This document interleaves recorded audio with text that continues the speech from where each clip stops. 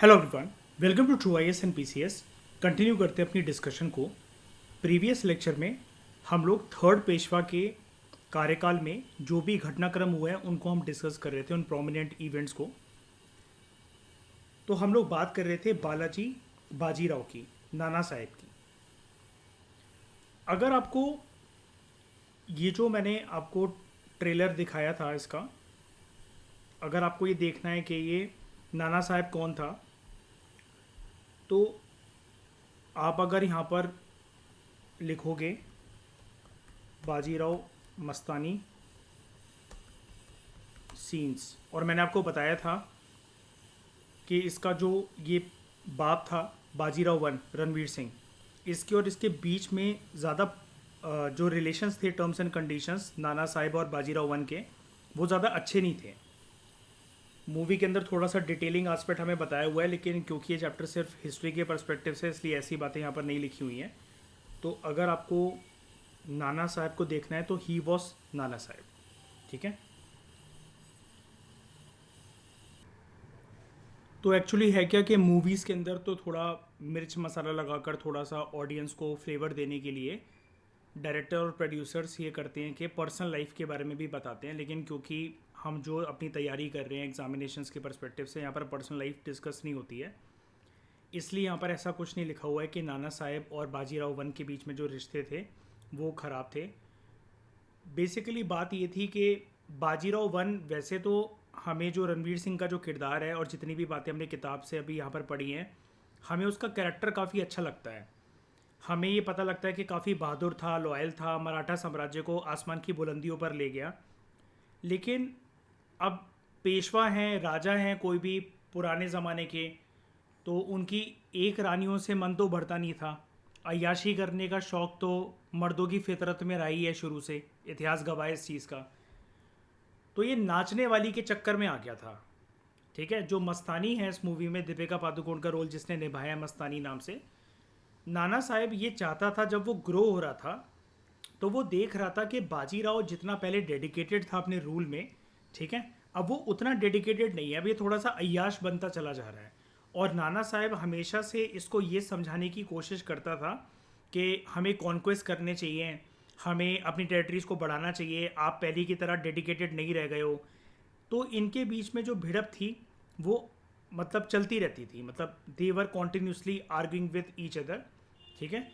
तो इनके बीच में जो रिश्ते थे वो अच्छे नहीं थे, तू मैं वगैरह अक्सर चलती रहती थी। ऐसा मूवीज़ में आप इस मूवी में देख सकते हो, और इसका भी जो ट्रेलर की वीडियो का जो लिंक है मैं हमारे फाउंडेशन कोर्स के ग्रुप में डाल देता हूँ, आप इसको भी देख सकते हो। नाना साहब का एक थोड़ा सा नेचर का, उसके एक पर्सनैलिटी का आइडिया लेने के लिए, ओके। तो हम बात कर रहे थे कि कैसे नाना साहब के टाइम पर बालाजी बाजीराव के टाइम पर 21 साल का जो इसका कार्यकाल था, इसने कैसे मराठा साम्राज्य को और ज़्यादा आसमान की बुलंदियों पर उठाया, और कैसे इसके कार्यकाल के टाइम पर हमें एक बहुत ही यूनिक चीज़ देखने को मिलती है कि मुग़ल साम्राज्य के जो लोग थे, जो मुग़ल सम्राट थे, जो मुग़ल एम्परर्स थे, वो कैसे नतमस्तक होकर इनके पैरों में आकर गिर गए थे कि हमें बचा लो, हमारी मदद कर लो, हम तुम्हारे साथ संधि करने के लिए तैयार हैं। और उस टाइम पर भारत की धरती पर जो मेन खतरा मंडरा रहा था, it was from Ahmad Shah Abdali. अभी तक हमने प्रीवियस लेक्चर में इस चीज़ को कवर करा था।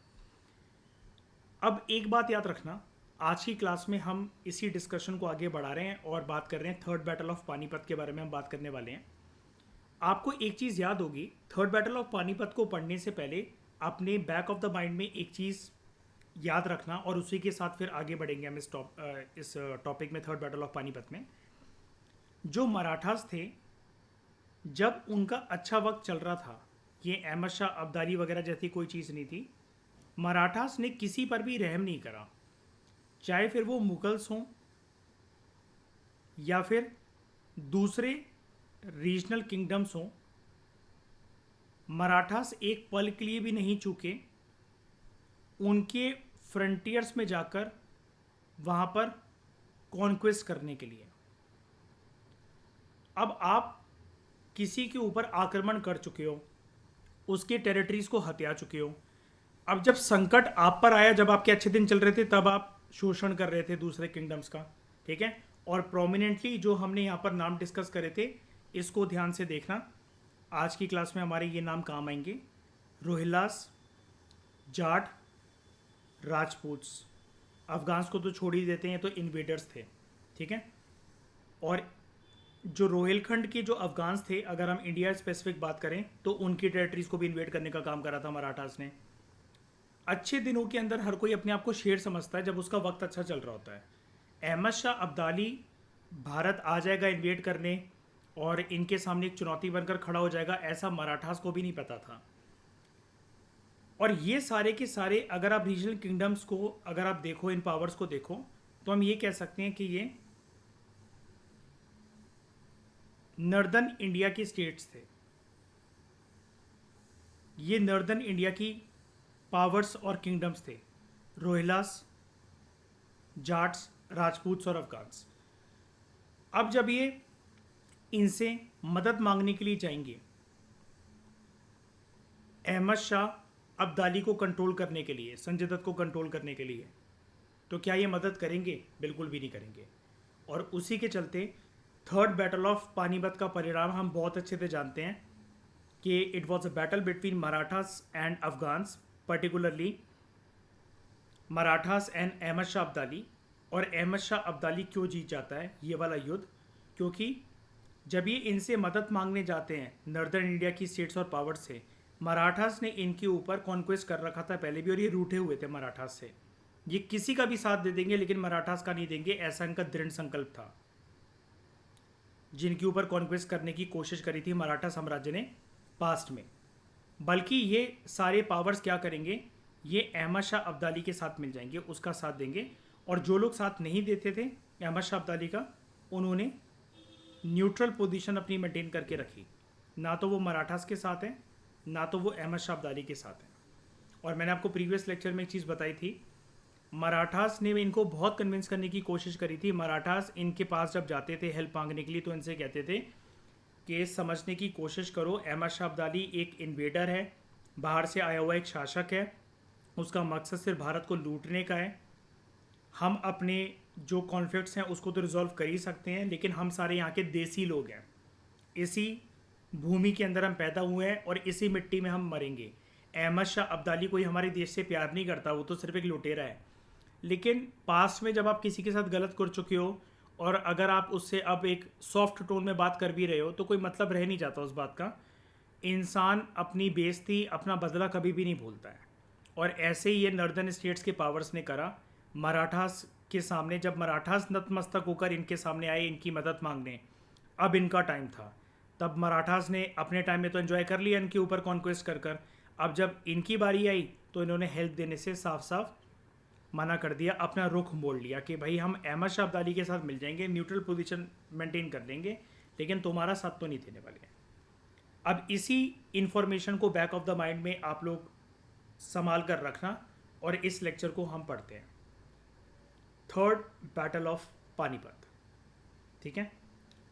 एंड पानीपत जो है वो एक इम्पॉर्टेंट टेरिटरी रहा है पास्ट में, kingdom changing, empire changing battles के लिए, पावर टसल को डिटरमाइन करने के लिए। और इतिहास में 3 मुख्य प्रमुख युद्ध लड़े गए हैं पानीपत की धरती पर। First battle of Panipat, second battle of Panipat and third battle of Panipat. First और सेकंड बैटल का लेना देना था मुगल साम्राज्य के परिवार के साथ। Third battle was fought between Ahmad Shah Abdali and Marathas, ठीक है। अब यहाँ पर अगर आप इस डायग्राम की तरफ देखो, थर्ड बैटल ऑफ पानीपत जब लड़ा गया था तो उस टाइम पर जो पेशवा था इट वॉज सदाशिव राव भाऊ, ठीक है। और इसके कार्यकाल में ये लड़ा गया था थर्ड बैटल ऑफ पानीपत, ठीक है। अब इसका भी ट्रेलर मैंने आपको यहाँ पर भेजा था, the movie known as Panipat which was all about third battle of Panipat. तो यहाँ पर अगर आप इसको देखोगे,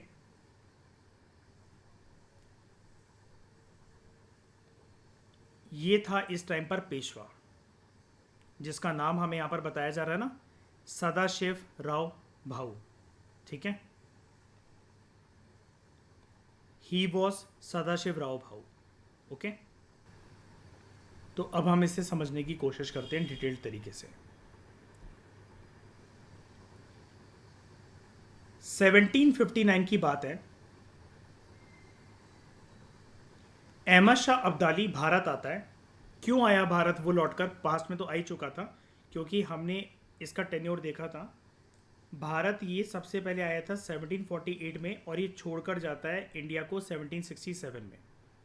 लेकिन ये एकदम से 1759 में क्यों आ रहा है? 11 साल के बाद यहाँ पर जो इसका एक टाइम पीरियड हमें गिवन है कि इंडिया आया, वो इसलिए आया क्योंकि हमने पढ़ा था पेशवा जब नाना साहिब जब पेशवा था, उसने अपने भाई रघुनाथ राव को भेजा था कि जाओ पंजाब को छीन कर लेकर आओ, और दिल्ली के तख्त पर जो अहमद शाह अब्दाली अपने राइट हैंड नजीबुद्दौला को बिठाकर गया हुआ है, ठीक है, कि जब तक अहमद शाह अब्दाली दोबारा लौटकर इंडिया नहीं आता है तो इसने अपना एक गुलाम यहाँ पर बिठा दिया है, नजीबुद्दौला, जो कि दिल्ली को देख रहा है। और मुग़ल साम्राज्य वालों ने पंजाब जो दे दिया था इनको, डर के मारे कि ये हम पे आक्रमण ना करें, हमें कुछ ना कहे अहमद शाह अब्दाली, रघुनाथ राव ने दिल्ली को भी छुड़वा लिया था, नजीबुद्दौला को एक्सपेल कर दिया था, और पंजाब को भी छुड़वाकर वापस मुग़ल साम्राज्य को दे दिया था। क्योंकि मुग़ल साम्राज्य और मराठा साम्राज्य के बीच में अप्रैल 1752 में एक संधि हुई थी, एक ट्रीटी हुई थी। इसको हमने प्रीवियस लेक्चर में पढ़ा था। नजीबुद्दौला जो है इस चीज़ से बड़ा घबरा जाता है, उसको समझ में नहीं आता वो अकेला क्या स्टेप ले। इसलिए हमने प्रीवियस लेक्चर को ये बोलते हुए वाइंड अप करा था कि उसने रिक्वेस्ट करा था अहमद शाह अब्दाली को कि सर जी मुझसे नहीं संभाला जा रहा है, मेरे साथ ऐसा ऐसा हो गया है, ये तो मुग़ल साम्राज्य और मराठा साम्राज्य वाले लोग मिल गए हैं, और मराठास के जो हौसले हैं वो तो बहुत ही ज़्यादा आसमान की बुलंदियों पर चलते चले जा रहे हैं, बहुत ईगो आ गया इनके बीच में। आप ज़रा भारत आओ और इनको बताओ कि अहमद शाह अब्दाली और अफ़गान पावर क्या चीज़ है, और मराठास को आप सबक सिखाओ, ठीक है। इसी के चलते अहमद शाह अब्दाली ने सोचा, अहमद शाह अब्दाली का पहले कहीं ना कहीं एक मकसद हो सकता है इंडिया को रूल करने का। ध्यान से समझना मैं क्या कह रहा हूँ, मकसद हो सकता है, था इंडिया को रूल करने का, मैं ये नहीं कह रहा हूँ, क्योंकि ये चीज़ के ऊपर ना हम थोड़े से अनक्लियर होते हैं हिस्ट्री में। क्योंकि अगर अहमद शाह अब्दाली का मकसद होता ना इंडिया को रूल करने का, या इंडिया के ऊपर अपनी सुप्रीमेसी को जमाने का, अपना परचम यहाँ पर गाड़ने का, झंडा यहाँ पर गाड़ने का, तो वो ना थर्ड बैटल ऑफ पानीपत को जीतने के बाद ना भारत को छोड़ के चला गया था। दिल्ली विल्ली सब छोड़ दी थी उसने, बस यहाँ का जो खजाना पैसा वगैरह ये सब जो था वो अपने साथ अफगानिस्तान लेकर चला गया था, बाकी सब कुछ वो यहीं छोड़ गया था।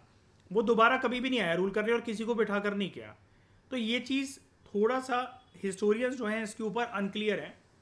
तो जब हिस्टोरियंस ही अनक्लियर है तो हम कौन होते हैं इसके ऊपर कमेंट बाजी करने वाले कि अहमद शाह अब्दाली इंडिया को रूल करना चाहता था। हो सकता है कि इनिशियल ईयर्स में वो करना चाहता हो, लेकिन अहमद शाह अब्दाली का लाइफ, उसका जीवन काल कैसा था कि वो ना, आप देख रहे हो कि जैसे इंडिया आया भी इन्वेड करने, तो इंडिया इन्वेड करने जब वो 1748 में आया और 1767 में जब वो यहाँ से गया, तो लगातार यहाँ पर भारत के अंदर नहीं था वो यहाँ पर नजीबुद्दौला को बिठाकर जा रहा है। तो ये साफ तरीके से हमें एक चीज़ के बारे में संकेत कर रहा है अहमद शाह अब्दाली, कि वो ना बार बार अफगानिस्तान भी भागता था, क्योंकि वो वहाँ पर भी बिजी रहता था, उसको वहाँ का सेटअप ज़्यादा प्यारा था। और वो इंडिया टाइम टू टाइम इसलिए आता था ताकि इंडिया जो है वो हाथों से निकल ना जाए, वो लेफ्ट आउट ना हो जाए उससे, क्योंकि यहाँ पर जो है पैसा बहुत है।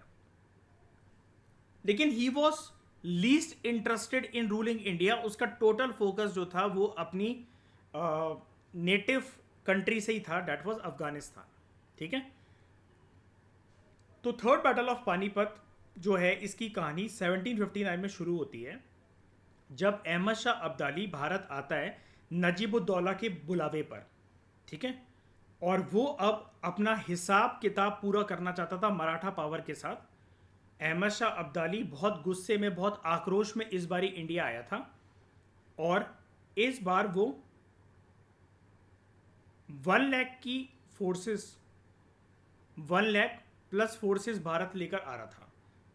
सबको ये डर था कि 1759 से पहले जस्ट इमीडिएटली लास्ट टाइम जब अहमद शाह अब्दाली यहाँ पर आया था, उसने इतना उत्पात मचाया था दिल्ली में, नॉर्दर्न इंडिया में, भारत की धरती में, कि जो यमुना का जो वाटर जो था, कितनी लाशें उसने बिछाई होंगी आप सोचो। यमुना का जो पानी था वो लगातार 7 डेज के लिए रेड था। रेड क्यों था? Blood was flowing in Yamuna. इतनी लाशें बहाई थी उसने। और यमुना नदी कहाँ से होकर गुजरती है नॉर्दर्न इंडिया में? दिल्ली से होकर गुजरती है।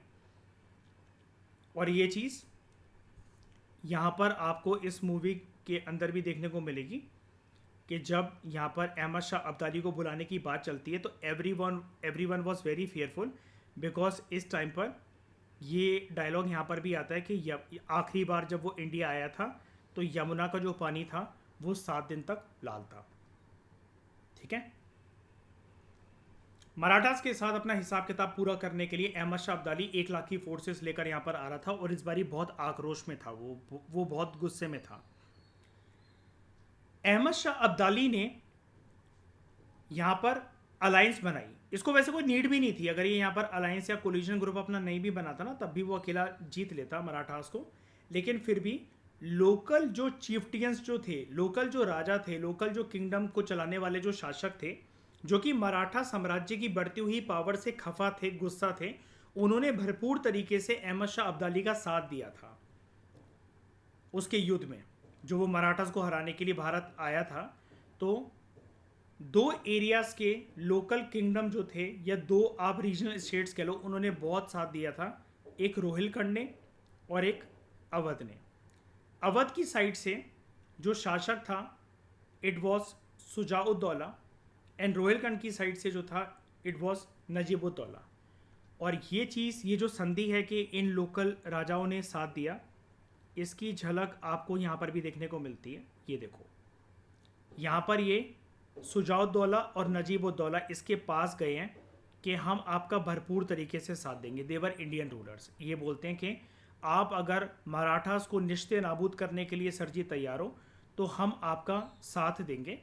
तो अहमद शाह अब्दाली खुशी खुशी उनका ऑफ़र जो है वो एक्सेप्ट कर लेता है और वो समझ जाता है कि लोकल जो इंडियन रूलर्स हैं वो बहुत ज़्यादा नाखुश हैं मराठा साम्राज्यों से और उन्होंने पास्ट में जो इन टेरिटरीज़ के ऊपर जो कॉन्क्वेस्ट अपना करा था। ठीक है। क्योंकि यहाँ पर लिखा हुआ है रोहिलखंड और अवध के जो स्टेट्स थे under Najibuddaula and Shujauddaula respectively, तो both of these states suffered at the hands of Maratha sardar. Past में बहुत ज़्यादा टेरिटोरियल एक्सप्लोटेशन इनका करा गया था मराठा सरदारों के द्वारा, रोहिलखंड रीजन का और अवध रीजन का। अब यहाँ पर जब मराठा साम्राज्य के लोगों को भनक लगी कि अहमद शाह अब्दाली 1 लाख की फोर्सेस को लेकर आ रहा है, तो इस टाइम पर जो पेशवा जो थे, ठीक है, अब पेशवा कौन था इस टाइम पर?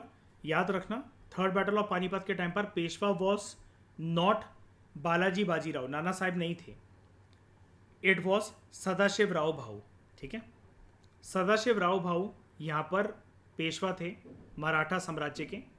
उन्होंने एक पावरफुल आर्मी तैयार करी, उसको डिस्पैच करा, उसको भेजा और वहाँ पर पेशवा खुद नहीं गए लड़ने, अपने कज़न भाई को भेजा, ठीक है, जिसका नाम था सदाशिव राव भाऊ, और अपने बेटे को भी भेजा, ठीक है, विश्वास राव। यानी कि विश्वास राव गया था साथ में, जो कि सदाशिव राव, ये जो पेशवा था सदाशिव राव और विश्वास राव साथ में गए हैं, लेकिन पेशवा नहीं गया है, पेशवा का कज़न भाई गया और विश्वास राव गया जो कि बेटा है उसका, पेशवा का। और ये नॉमिनल कमांडर था इनकी पेशवा की आर्मी का, मराठा साम्राज्य की आर्मी का। ये दोनों यहाँ पर जाते हैं और अपनी सेना जो है उसको तैयार करने का काम करते हैं। और ये जो है ना सदाशिव राव भाऊ, सदाशिव राव भाऊ इस मूवी के अंदर अर्जुन कपूर है, ठीक है, ये अर्जुन कपूर है। और जो पेशवा है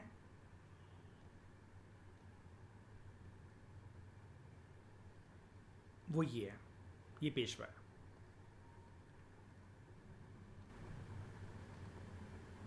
आई होप यहां तक आपको क्लैरिटी मिल गई होगी। आगे की कहानी पढ़ते हैं। जो मराठास हैं उन्होंने बहुत कोशिश करी, वो जानते थे कि यार देखो अहमद शाह अब्दाली जो है उसको अकेले हराने का मतलब ये है कि बहुत ज़्यादा जानें जाएंगी, पैसा खर्च होगा और हमें एक्स्ट्रा आर्मी की रिक्वायरमेंट है। सबको पता था अहमद शाह अब्दाली को हल्के में नहीं लिया जा सकता, इसलिए मराठास को जब ये भनक लगी कि रोहिलखंड के नजीबुद्दौला और अवध के सुजाउद्दौला ने साथ दिया है अहमद शाह अब्दाली का, उसको आश्वासन दिया है कि मराठास के खिलाफ हम तुम्हारा युद्ध में साथ देंगे भरपूर तरीके से। मराठास ने ये कोशिश करी कि हम अपनी खुद की अलाइंसेस बनाते हैं, खुद के पार्टनर्स बनाते हैं इस थर्ड बैटल ऑफ पानीपत को लड़ने के लिए। तो नॉर्दर्न इंडिया के अंदर वो बड़ी सारे पावरफुल स्टेट्स, बड़े सारे राजाओं वगैरह के पास, किंगडम वगैरह के पास वो जाते हैं, लेकिन कहीं से भी मराठास को मदद नहीं मिल पाई। उनको अकेले ही लड़ना पड़ा दुश्मनों से। सिर्फ जो मुग़ल साम्राज्य के अंदर जो मुग़ल नोबल था इमाद उल मुल्क, सिर्फ उसने साथ दिया था मराठास का। लेकिन ये बेचारा अकेले क्या कर लेगा, कितनी ही फोर्सेस को लेकर आ पाएगा। अब सवाल ये उठता है, जिस एनालिसिस की हमें रिक्वायरमेंट है उस एनालिसिस के अंतर्गत हमें ये समझना पड़ेगा कि ये जो नॉर्दर्न पावर्स हैं या जिसके दरवाजे पर आहट देकर मराठा साम्राज्य वालों ने उनसे मदद मांगने की कोशिश करी, एक जन तो मदद कर सकता था, कोई एक जन, कोई एक रीजनल किंगडम, कोई एक रीजनल पावर। इमादुल मुल्क तो एक बंदा है, वो तो एक मुग़ल नोबल है, लेकिन यहाँ पर किसी किंगडम ने, किसी रीजनल स्टेट ने क्यों साथ नहीं दिया मराठा साम्राज्य का अगेंस्ट अहमद शाह अब्दाली।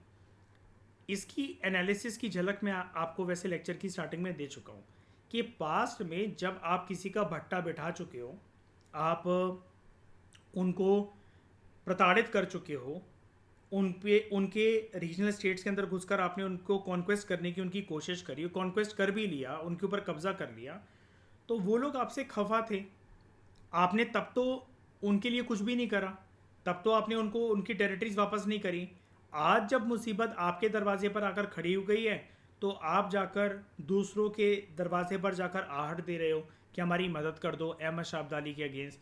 जब आपके दिन अच्छे चल रहे थे तब आप हवा में उड़ रहे थे, अब जब आपके दिन ख़राब आ गए हैं तो आपको फिर अपने से छोटे लोगों का साथ चाहिए, तो वो क्यों आपका साथ देंगे, बिल्कुल भी नहीं देंगे। तो बड़े सारे जो रूलर्स थे, अब हम इसके एनालिसिस करते हैं कि क्यों इनको सपोर्ट नहीं मिला। बड़े सारे जो रूलर्स थे उन्होंने किसी भी तरीके से मराठास को सपोर्ट नहीं करा, किसी भी तरीके से, ना पैसा देकर, ना मिलिट्री देकर, ना मैन एंड मटेरियल का सपोर्ट देकर, बल्कि वो तो इतना खफा थे मराठास के कि some of them even joined Ahmad Shah Abdali, जैसे Najibuddaula and Shujauddaula from Rohilkhand and Awadh. अब ऐसा क्यों था, इसके पीछे रीज़न क्या थे?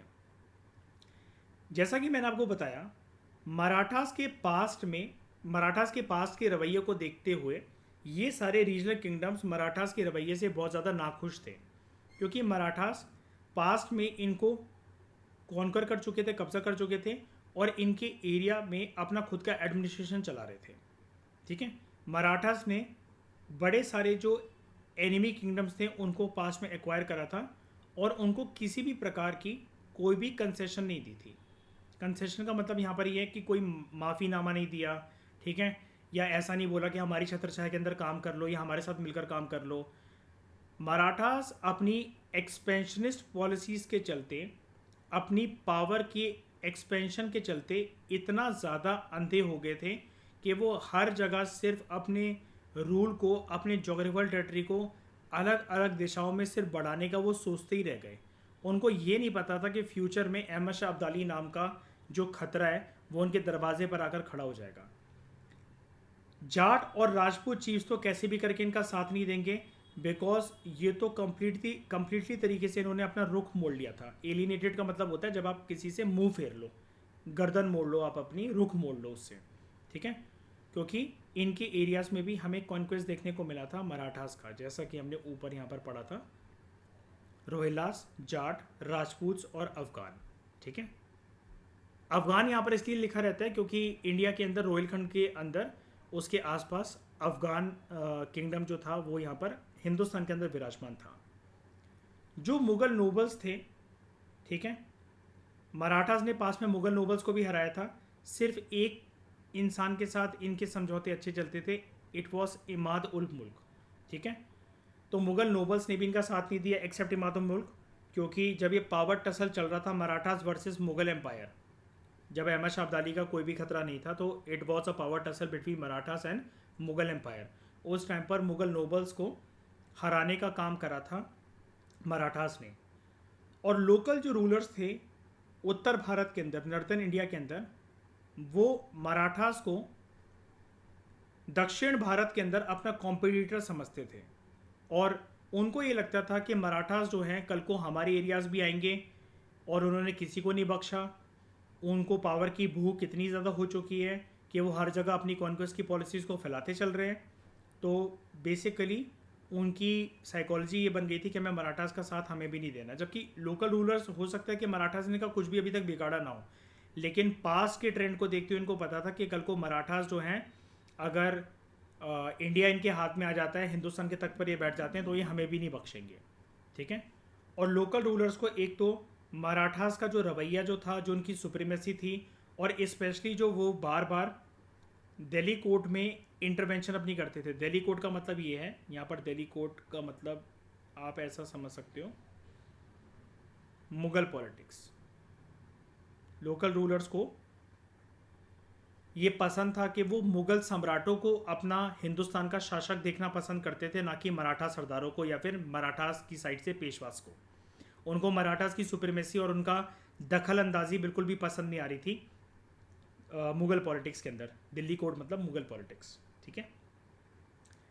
अब फाइनली होता क्या है कि आप इतना तो समझ गए कि ये हर दरवाजे जाकर इन्होंने आहट दे ली, किवाड़ खड़का लिए, कुंडी बजा ली, लेकिन कहीं से भी इनको मदद तो मिली नहीं मराठास को। ऊपर से जिस जिससे मदद मांगी, जब उनको पता लगा ऐसी ऐसी बात है, वो तो बल्कि अहमद शाह अब्दाली के साथ जाकर मिल गए। ठीक है। और मराठास के ऊपर अब वो दोबारा ट्रस्ट नहीं करना चाहते थे, इस वजह से उन्होंने उसका साथ नहीं दिया, ना ही उनको उनकी सुप्रीमेसी पसंद थी। और पास्ट में जो इन्होंने कॉन्क्वेस्ट करा था, वो उस बदले की आग को भूले नहीं थे। वो आग अभी तक इनके सीने में जल रही थी, रीजनल किंगडम्स के सीने में वो आग जल रही थी, बदले की भावना। फाइनली होता क्या है कि अब ये युद्ध तो सामने खड़ा ही था दरवाजे पर। अब मराठास को चाहे अकेले लड़ना है, चाहे किसी का साथ लेकर लड़ना है, लड़ना तो पड़ेगा।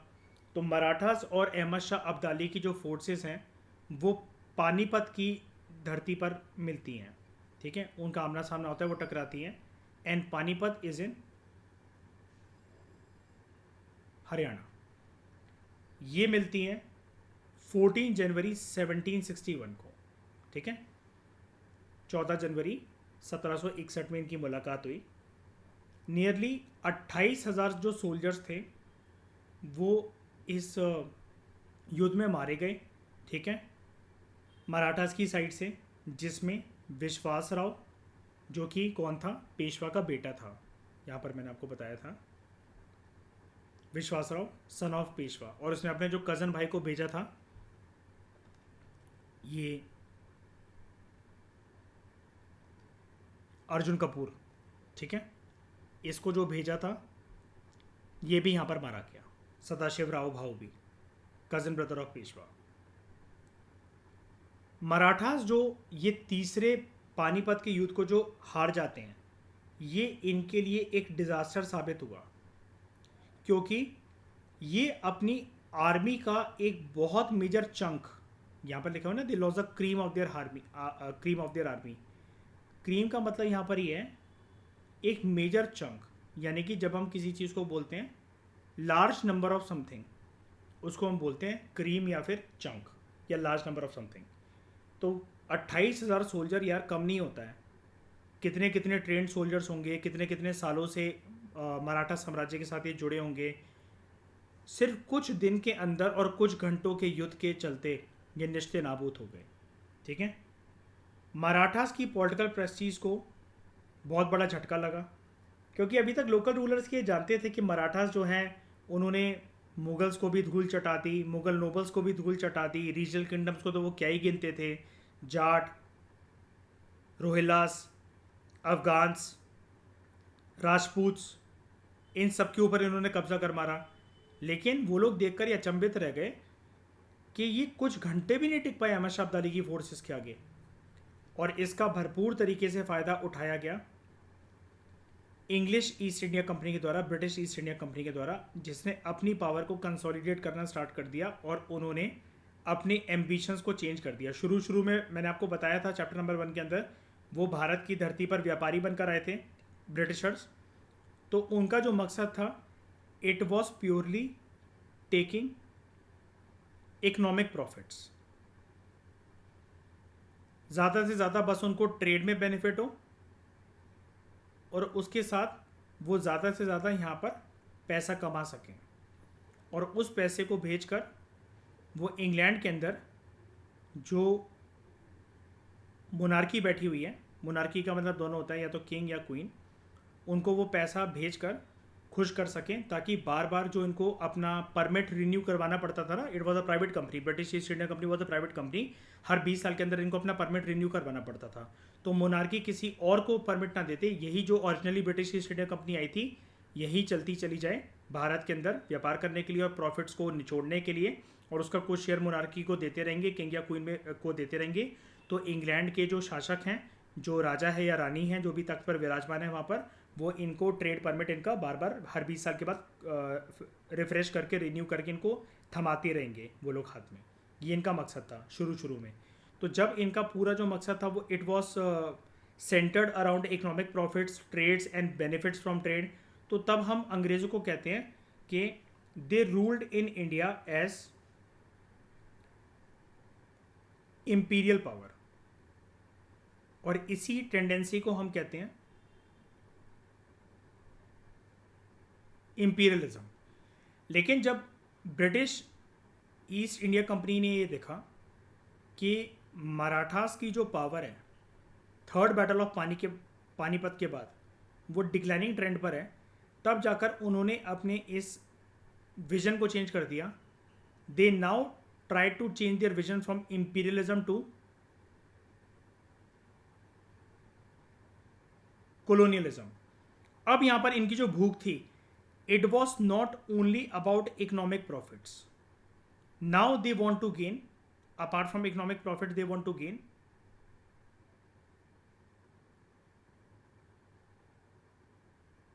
Political power. तो जब आप पॉलिटिकल पावर बनने की कोशिश करते हो, उसको हम कहते हैं कोलोनियलिज्म। जब आपका लेना देना सिर्फ और सिर्फ पैसे के साथ, व्यापार के साथ, इकोनॉमिक प्रॉफिट्स के साथ होता है, तब हम उसको कहते हैं इंपीरियलिज्म। तो इस थर्ड बैटल ऑफ पानीपत के रिजल्ट ने ब्रिटिश ईस्ट इंडिया कंपनी को एक विंडो दे दी कि now they try to consolidate their power. यहां तक बात समझ में आई? ये समझना है कि इंपीरियलिज्म से कोलोनियलिज्म, ये मतलब उसमें कैसे आई, यही पूछ रहे हो ना ऋषिका? देखो ऋषिका ये होता है, देखो जब ये भारत आए थे ना, इनको पता था फालतू में, देखो पॉलिटिकल पावर हम बनेंगे ना, तो यहाँ के राजाओं को या हिंदुस्तान को जो चलाता है उसको हटाना पड़ेगा। मुगल से क्यों भिड़ेंगे बेफालतू में, या आगे चलकर मराठा से क्यों भिड़ेंगे फालतू में? ये यहाँ पर प्रॉफिट मेकिंग के लिए आ रखे हैं, ठीक है? तो ये परमिशन लेकर, अपना लाइसेंस परमिट वगैरह लेकर यहाँ पर व्यापार करते रहते थे, इनको कंसेशन मिल जाता था, और थोड़ा बहुत पैसा ये यहाँ के मुगल सम्राटों को, आगे चलकर मराठास के साथ तो कभी इनकी डीलिंग हुई नहीं वैसे तो, क्योंकि मराठास कभी प्रॉपरली हिंदुस्तान के तख्त पर तो बैठे नहीं है। तो ये मुगल सम्राटों वगैरह को पैसा पहुंचाते रहते थे, मुगल नोबल्स को पैसा देते रहते थे, अलग अलग जगह पर, जहाँ पर बंगाल के जैसे नवाब वगैरह, उनको पैसा देते रहते थे। आगे चलकर जब इन्होंने ये देखा मुगल साम्राज्य निश्चय नाबूद हो गया है, मराठा साम्राज्य को इन्होंने देख लिया कि ये निश्चय नाबूद हो गया है, तो इनको ये लगा भारत को अब एक कॉलोनी बनाना, अब उसकी पॉलिटिकल गद्दी पर विराजमान होना हमारे लिए बहुत ईजी है। अब ये घंटा कुछ नहीं उखाड़ सकते हमारा, हिंदुस्तान की धरती पर कोई ऐसा शासक नहीं है अब हमारा कुछ कर सके। और आप जानते हो ये तो ये छोटी छोटी गेमें लड़ रहे हैं इस टाइम पर। आप एक बार बताओ, अहमद शाह अब्दाली वगैरह है, अगर सोचो ज़रा, इमेजिन करो कि अहमद शाह अब्दाली की अगर ब्रिटिश ईस्ट इंडिया कंपनी वालों से लड़ाई हो जाती, कौन जीतता? 100% मैं आपको बता रहा हूँ, ब्रिटिश ईस्ट इंडिया कंपनी जीतती। और आप जानते हो ब्रिटिश ईस्ट इंडिया कंपनी की एक खास बात क्या थी? इनकी जो नेवल पावर थी ना, वो बहुत सुप्रीम थी। यानी कि पानी के अंदर युद्ध लड़ना with the help of ships. उनके नॉर्मल शिप्स नहीं थे, they used to had war ships. उसके अलावा इनकी जो मिलिट्री स्किल्स थी, जो इनके टेक्नोलॉजिकल नए नए वेपन्स जो थे they were far more developed and far more advanced as compared to this Ahmad Shah Abdali, Marathas या मुगल्स। ये तीनों भी मिल जाते ना, बहुत बड़ी चीज क्लेम करके दे रहा हूं मैं आपको, ये मराठास, मुगल्स और अहमद शाह अब्दाली तीनों मिल जाते तब भी नहीं जीत पाते ब्रिटिश ईस्ट इंडिया कंपनी से। बिकॉज वो ना बल से तो नहीं जीत सकते थे, लेकिन उनके पास ये आर्टिलरी, वेपन्स, मिलिट्री टैक्टिक्स बहुत सुप्रीम थी, बहुत एडवांस थी।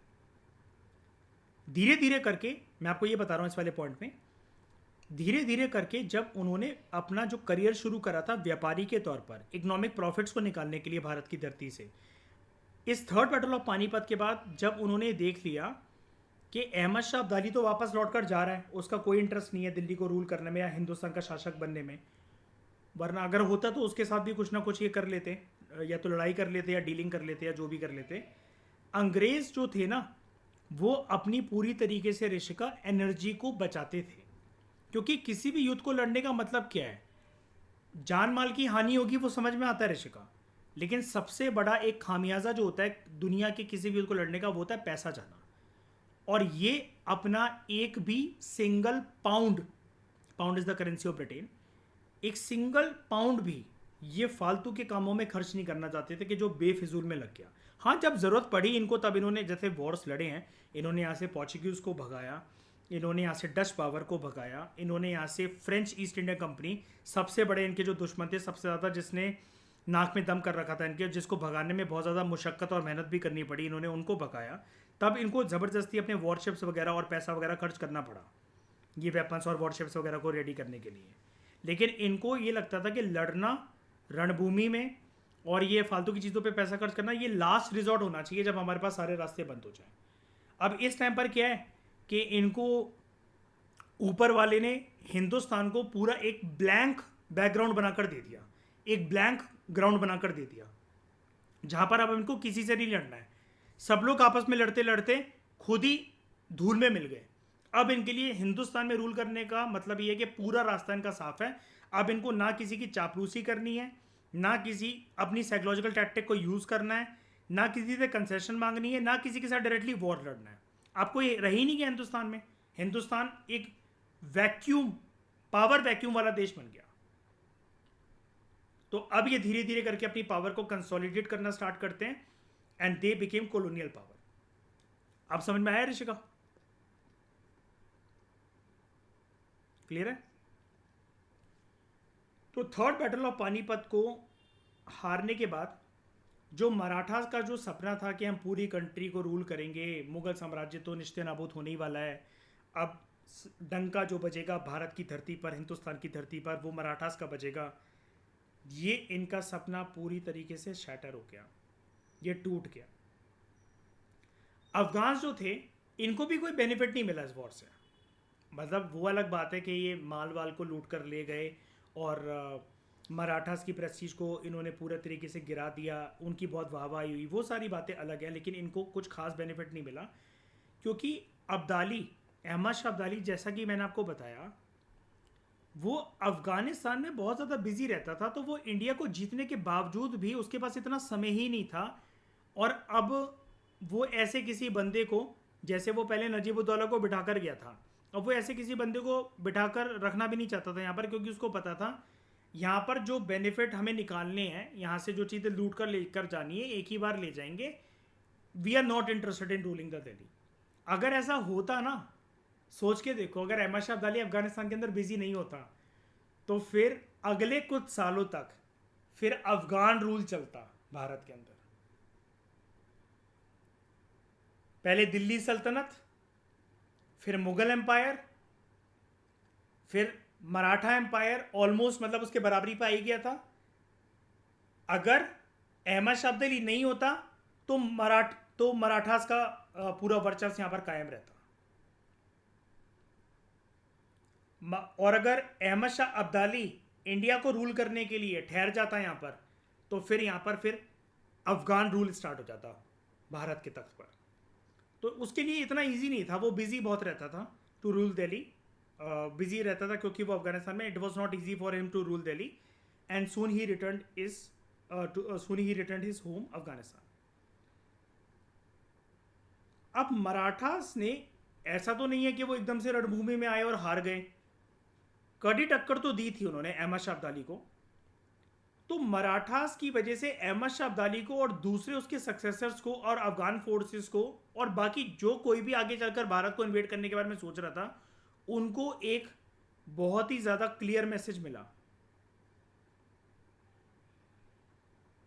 कि इंडिया जाकर वॉर को लड़ने का यह मतलब है सबसे पहले तो वॉर को फाइनेंस करना, जिसमें बहुत ज्यादा पैसा खर्च होगा,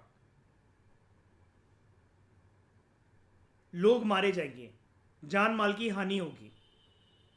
तो मराठा ने इतनी टफ फाइट दी इनको कि ना तो अहमद शाह अब्दाली ना उसका आगे चलकर कोई भी सक्सेसर भारत दोबारा आए. कोई भी इन्वेजन नहीं हुई इसके बाद भारत के अंदर. अहमद शाह अब्दाली इतना बिजी था, इसको इतनी जल्दी पड़ी थी अफगानिस्तान जाने की. इंडिया तो छोड़ो, जो मुगल्स ने जो उनको पंजाब दिया था ना, जिसको आगे चलकर वैसे तो मराठास ने छुड़वा लिया था, लेकिन अब तो पूरा हिंदुस्तान इनके हाथ में है. पंजाब को भी नहीं रखा इन्होंने कि पंजाब तक भी चलो ये किसी नजीबुद्दौला वगैरह या किसी को बिठाकर चला जाता. इसने कुछ भी नहीं करा. ठीक है, इसने कुछ भी नहीं करा. और थर्ड बैटल ऑफ पानीपत में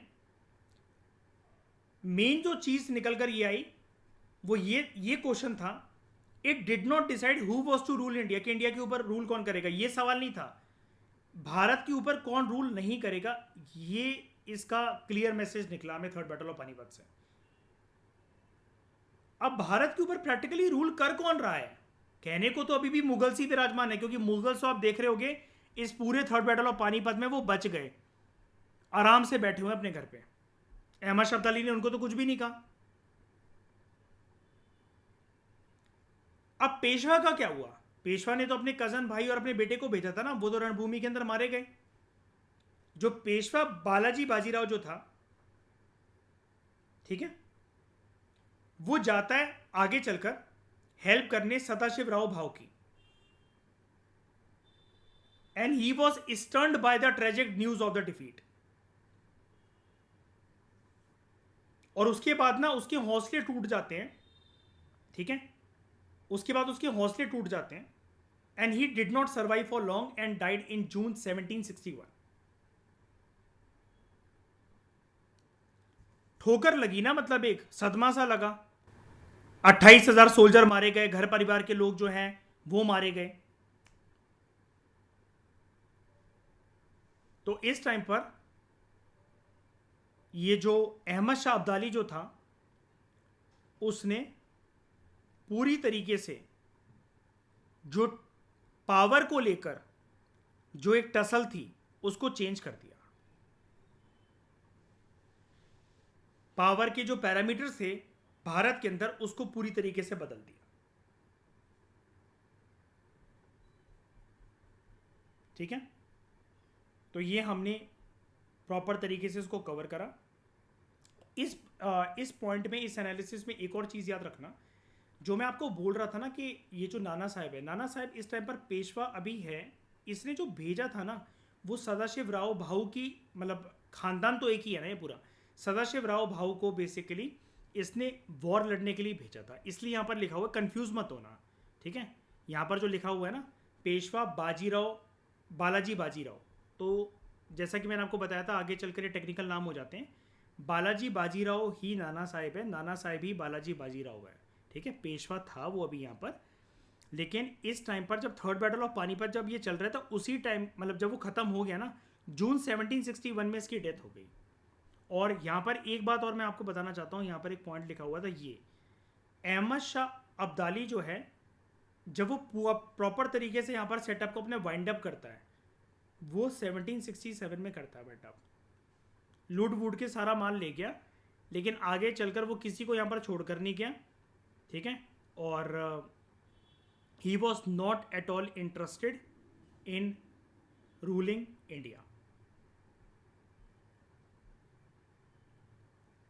ओके, ये पेशवा का कजन ब्रदर था सदाशिव राव भाऊ, और विश्वास राव उसका बेटा था. तो ये आप अगर टेबल आपके पास बुक है तो आप यहाँ पर ऐसा करके लिख सकते हो कि ये जो इसका था ये कज़न ब्रदर था पेशवा का।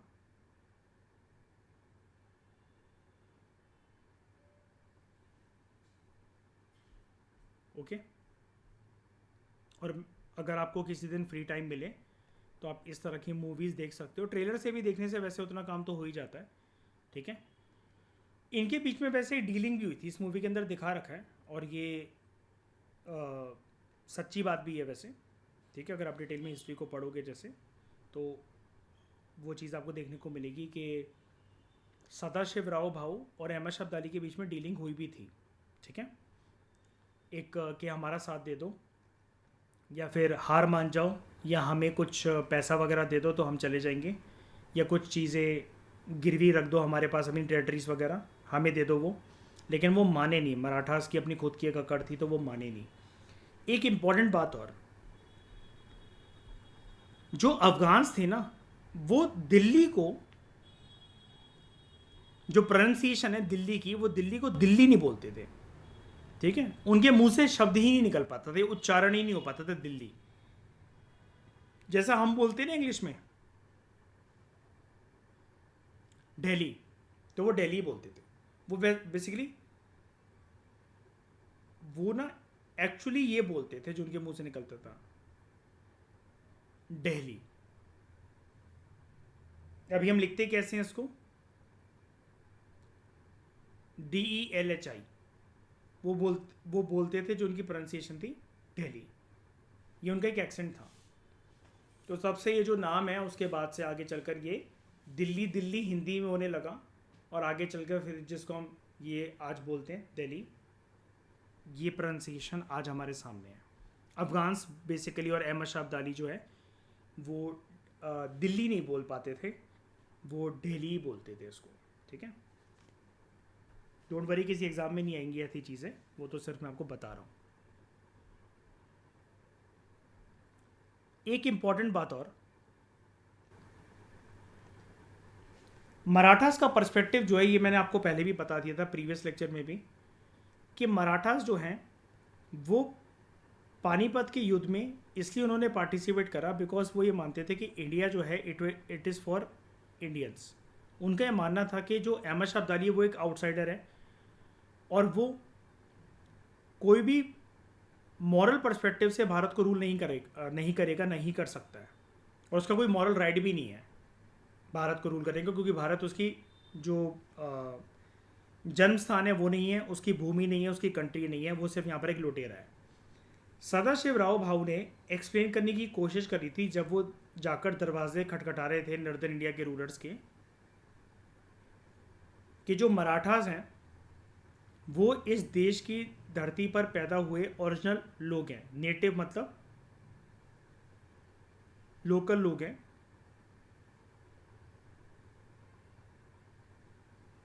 इंडिजिनस पीपल है। जबकि अब्दाली जो है, अहमद शाह अब्दाली जो है, वो एक दुश्मन है जो कि परदेश से आया है।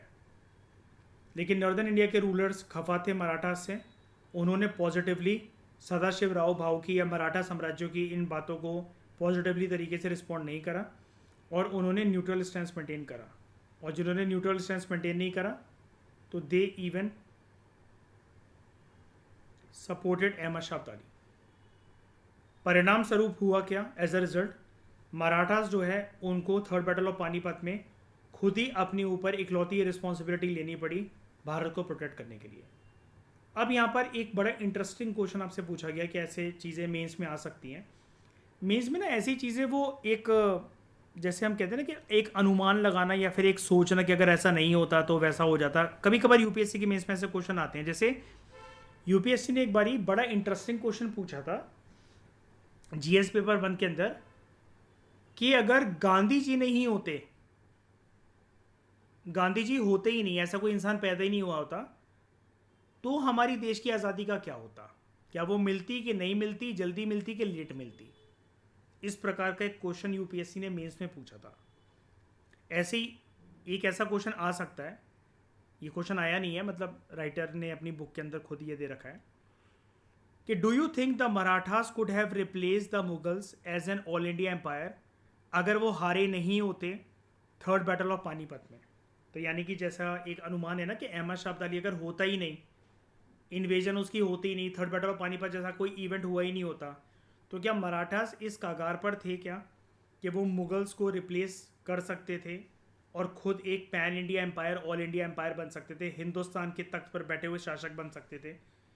एक बात याद रखना, जब भी आपको कुछ ऐसे एग्ज़ाम्स आते हैं जहाँ पर आपको लिखना होता है किसी आंसर के बारे में, फिर चाहे वो यूपीएससी हो या स्टेट पीएससी के एग्ज़ाम्स हो, कभी भी कंप्लीटली तरीके से यस या फिर कभी कंप्लीट तरीके से नो में आंसर कभी अपना मत देना।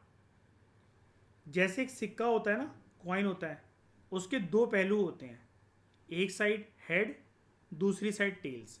हमेशा जब भी आपको ये आंसर, ऐसे क्वेश्चन पूछे जाते हैं जहाँ पर आपको आंसर लगता है, आपको लगता है ऐसा कि हमें येस और नो पूछा जा रहा है, क्योंकि आपसे पूछ लिया जाता है डू यू थिंक।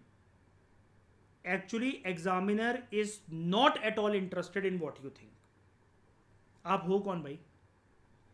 पीएचडी कर रखी है आपने, गोल्ड मेडलिस्ट हो, इंटरनेशनल एक्सपर्ट हो, आप हिस्टोरियन हो, इस देश के आर्कियोलॉजिस्ट हो, औकात क्या है तुम्हारी?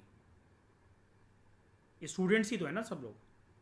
नेगेटिवली मत लेना मेरी टोन को, मैं एक बात कह रहा हूँ नॉर्मली, क्योंकि 32 साल तक बच्चा जो है वो हिस्टोरियन तो बन नहीं सकता, ना ही रिसर्च स्कॉलर बहुत बड़ा बन सकता है, ना ही उसने कोई अपनी किताबें और थीसिस लिख डाली होंगी बहुत भयंकर भयंकर जिसने आतंक मचा दिया हो इंटरनेशनल डिबेट में। और 32 साल तक तो अटेम्प्ट ही होती है जनरल कैटेगरी वालों की। तो actually examiner doesn't care what you think, not at all interested. ये सिर्फ आपके मार्क्स काटने के लिए आपको एक खतरनाक कीवर्ड दिया जाता है। ये एक बहुत बड़ी चीज़ मैं आपको बता रहा हूँ, ध्यान रखना। बिकॉज आपको एक क्वेश्चन आया, do you think Marathas could have replace the Mughals as an all India empire, अगर वो हारे नहीं होते थर्ड बैटल ऑफ पानीपत में, तो आप सीधा सीधा लिख दोगे yes because of these reasons. लेकिन what about no? Ahmad Shah Abdali नहीं था तो चलो ठीक, अहमद शाह अब्दाली था तो चलो ठीक है, मराठास निस्ते नाबूद हो गए। लेकिन आप यहां पर एक चीज के अनुमान लगा रहे हो।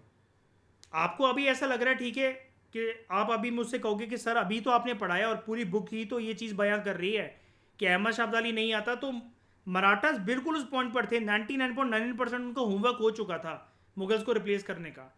लेकिन होने को तो कुछ भी हो सकता था ना। अगर मैं फिर अगर एक चीज ला दूं, फिर तो देखो आंसर का रुख ही बदल जाएगा, पर्सपेक्टिव ही बदल जाएगा आपका। ब्रिटिश ईस्ट इंडिया कंपनी वालों ने अगर मुगल्स का साथ दे दिया होता मराठास को हराने के लिए, फिर अहमद शाह अब्दाली के साथ तो भिड़प करते हुए इतने थोड़े टाइम टिक भी गए, ब्रिटिश ईस्ट इंडिया कंपनी वालों के सामने मराठास क्या कर लेते? मराठास के पास कौन सी वॉरशिप्स थी या कौन से मिलिट्री एडवांस टेक्नोलॉजिकल वेपन्स थे? कुछ भी नहीं था ऐसा। तो वो साथ देते थे मुगल्स का फिर। तो हमेशा मल्टीपल पर्सपेक्टिव से सोचा करो। कभी भी डू यू थिंक वाले आंसर्स आते हैं जीएस पेपर 1 के अंदर, 2 के अंदर, 3 के अंदर, 4 के अंदर, आपकी स्टेट पीएससी के अंदर अलग अलग जो पेपर होते हैं, एग्जामिनर 1% भी केयर नहीं करता कि तुम क्या सोचते हो। इसलिए यहां पर हमें अपना आंसर यस और नो में नहीं बल्कि दोनों पर्सपेक्टिव से देना चाहिए। Such questions require you to answer in grey area, not in black और व्हाइट एरिया। ब्लैक का मतलब होता है कंप्लीटली नो, व्हाइट का मतलब होता है कंप्लीटली यस, ग्रे होता है ब्लैक और व्हाइट का कॉम्बिनेशन। थोड़ा यस के पर्सपेक्टिव बताओ, थोड़ा नो का पर्सपेक्टिव बताओ, तो आपको बहुत अच्छे, बहुत बेहतरीन मार्क्स मिलते हैं। क्योंकि है तो ये ओपिनियन बेस्ड क्वेश्चन ही ना। अब ये तो एक अनुमान है, हम भी जानते हैं कि हार तो गए ना अल्टीमेटली मराठास, इतिहास गवाह है उस चीज़ का, लेकिन वो तो हमें बस सोचने के लिए कह रहा है। सोचना मतलब हमारा बिलीफ, हमारा ओपिनियन तो किसी का भी कुछ भी हो सकता है। लेकिन कभी भी अपने एग्जाम्स में एडमिनिस्ट्रेटर बनने के लिए आपको किसी पोस्ट पे जाना है, अपना वन साइडेड पर्सपेक्टिव मत दिखाओ। हर चीज के दो पहलू होते हैं, क्योंकि ये कुदरत का नियम है। आप किसी को पूरी तरह गलत नहीं कह सकते, पूरी तरह कोई चीज ठीक नहीं होती है। ठीक है, ये क्वेश्चंस में याद रखना है। डू यू थिंक वालों से बचकर रहा करो। क्वेश्चंस में सोच समझ के आंसर लिखा करो। वो आपको फंसाएगा कि हाँ पूरी तरीके से हाँ कर दो, हाँ पूरी तरीके से ना कर दो, लेकिन आपको ऐसा नहीं करना है। तो इस डिस्कशन में दोस्तों फिलहाल इतना ही। Thank you very much for discussion.